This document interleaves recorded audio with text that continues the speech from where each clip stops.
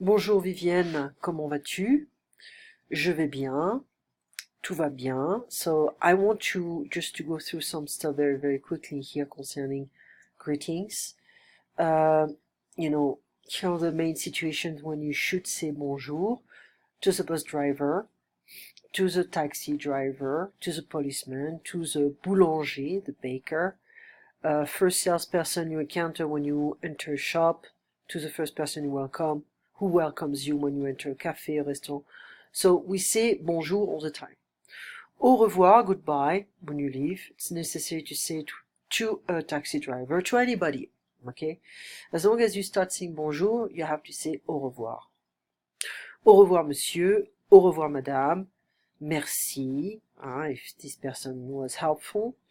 Au revoir, monsieur, et merci. In the evening, after 5 p.m., bonjour is replaced by bonsoir, okay, with the exact same protocol. So salut, it's more, among friends, young people. For example, if you want to say hi to a teenager, then you can say salut Chris. Okay. So, bonne soirée, bonne journée, bonne soirée. When you leave a shop or restaurant during the day, after saying au revoir, goodbye, you can also add bonne journée, have a good day. In the evening, bonne soirée, have a good evening. So, à bientôt, à plus tard. À bientôt is see you soon or see you later. À plus tard, see you later. So, be careful of this ah.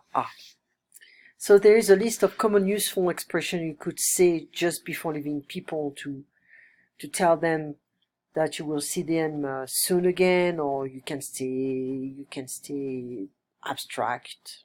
See you later, see you soon. I don't know when exactly. So à bientôt is see you soon. Okay. When it's obvious that you are going to see that person again, but you're not sure when. À samedi, so see you Saturday. À mercredi, see you Wednesday. À ce soir, see you tonight. À demain, see you tomorrow. À la semaine prochaine, see you next week. À demain soir, see you tomorrow evening. À midi, see you at lunchtime, etc. So when you are indicating the specific day and time when you will meet again, just start the phrase with à, to which you add a specific day or time. À tout à l'heure is like see you later today.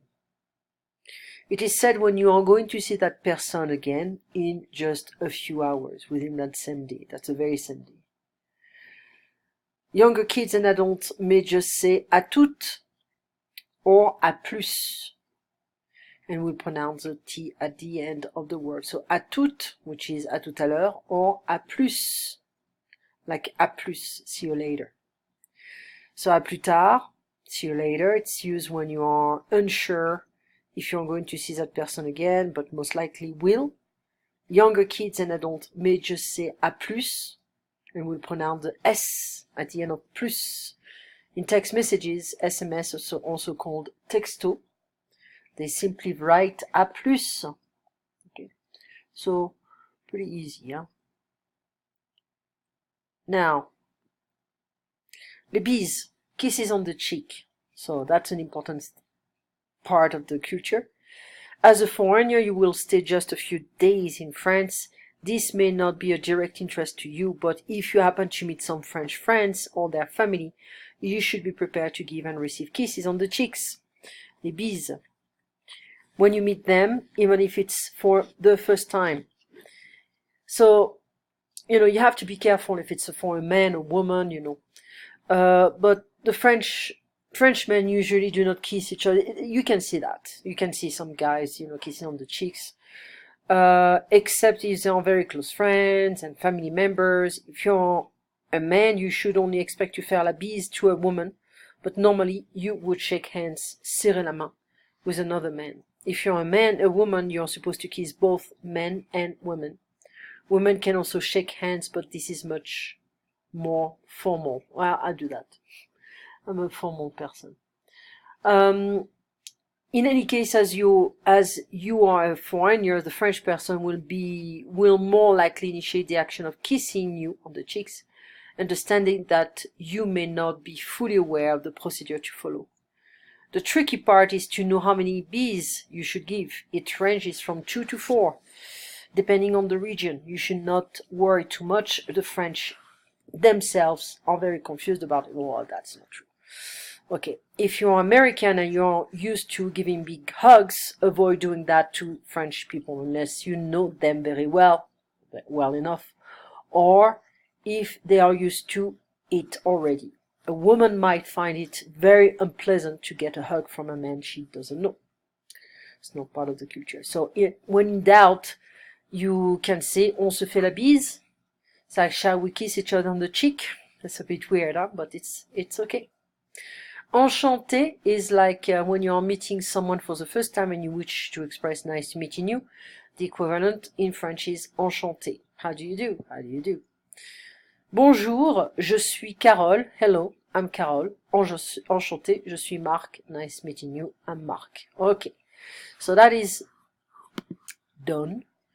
We also did just a few things here, not too much, but that was enough. And so, yeah, s'appeler. S'appeler is to call yourself or oneself. When you want to conjugate this verb, that means my name is. It's not a literal translation, but you're going to have to get used to this. So, let me zoom in because... Comment tu t'appelles? What's your name? How do you call yourself? Ça s'écrit comment? How do you write it? Comment tu t'appelles? Comment ça s'écrit comment? Ça s'écrit comment? Tu t'appelles comment? Je m'appelle Tom. Elle s'appelle Clara. Il s'appelle Félix. Et toi, comment tu t'appelles? So you see, un comment can be at the beginning or the end of the question. So, what's your name? So it's comment. Normally we should say how, but here we need to make sense. Hein? What's your name? Je m'appelle Tom. My name is Tom. Her name is Clara. His name is Felix. And you? What's your name? Okay. So, we can also talk about the location. Dans is in, or on, but literally it means in. Dans la rue, in the street or on the street. Dans la cuisine d'un restaurant, in the kitchen of a restaurant. À la gare, TGV, so train station. Près d'une fontaine, next to a fountain. Okay. We're going to talk about that, so don't worry. There is, so I'm going to just go back to the transcript. Oh, it's going to be easier. Comment vas-tu? Ça va bien. En, je vais bien. Comment vas-tu? Et toi? Je vais bien aussi, merci. Quel jour sommes-nous aujourd'hui? Nous sommes le lundi 16 décembre. That was yesterday, so hier. So aujourd'hui, nous sommes le mardi 17 décembre. Quelle heure est-il? Il est 5h27. Maintenant, ici, il est 9h55 du soir. Ou alors 21h55. Quel temps fait-il aujourd'hui? Il fait du soleil. Ou il fait froid. Il fait froid ici. Il commence à faire froid. So, tu connais, you know, the meaning of there is or there are, il y a. So we can have one thing right after, or several now. There is a cat, il y a un chat. There are cats, il y a des chats. Okay. So you're going to see that at the and to the can be very similar. So it can be feminine singular, à la. Masculine singular can be au, okay, etc. But you're going to see it's not always easy because if we conjugate, we translate from English to French, we may be tempted to respect the English translation, but it's not always the case. So, the in French can be masculine, feminine, plural. There is also this apostrophe that means the noun starts with a vowel. So, the can be masculine singular, le, la féminine, les pluriel, l'apostrophe because the noun starts with a vowel on H. So, I'd like, je voudrais. I want, je veux. Qu'est-ce que c'est? What is it? Qu'est-ce que ça veut dire? What does that mean? Qu'est-ce que is what? S'il te plaît, s'il vous plaît, if you please, please. So, I'll come back to the communication. Huh? Let me just finish here. So, and with this, anything else is et avec ça. Okay, et avec ceci, et avec ceci. Okay, let me just move something because my cat wants to eat something. So, je vais prendre, I'm going to take, I'll have. Okay, je voudrais, je vais prendre. So, the two expressions we have to be careful to remember. Now, remember the six alone and si personne with a noun. A pie is une tarte in French, not a tart, because a tart in America, they tend to be small. It's not what we want here. So, un, now we have un, une, masculine, féminine. Okay. La cliente n'achète pas du pain. Normally we should say la cliente n'achète pas de pain, so the client doesn't buy any bread. Okay. We saw also, we reviewed the verb to be, je suis, tu es, il est, nous sommes, vous êtes, ils sont, elles sont. And also to have, avoir, j'ai, tu as, il a, nous avons, vous avez, ils ont, elles ont.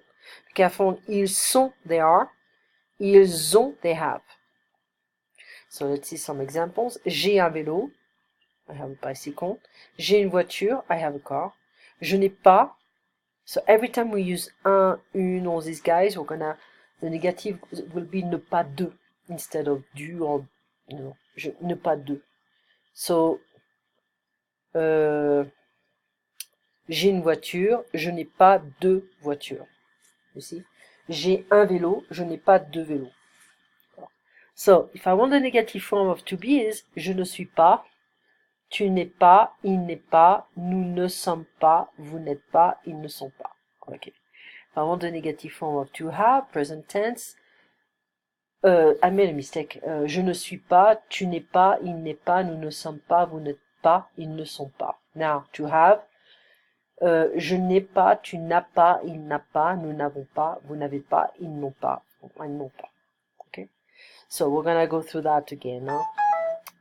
This is annoying to have the cell phone right next to you, and when you forget to turn off the sound. So je m'appelle is my name is. I call myself. Okay. S'appeler is the infinitive form. It's a reflective verb. You're gonna see a lot of verbs starting with se, s apostrophe, that means myself, yourself, you know. So it can be a bit confusing when you think in English. So my name is je m'appelle. But if I want to say I'm not called like that, you know. Je ne m'appelle pas. Okay, the sooner you get used to the pronunciation, the better. Je ne m'appelle pas.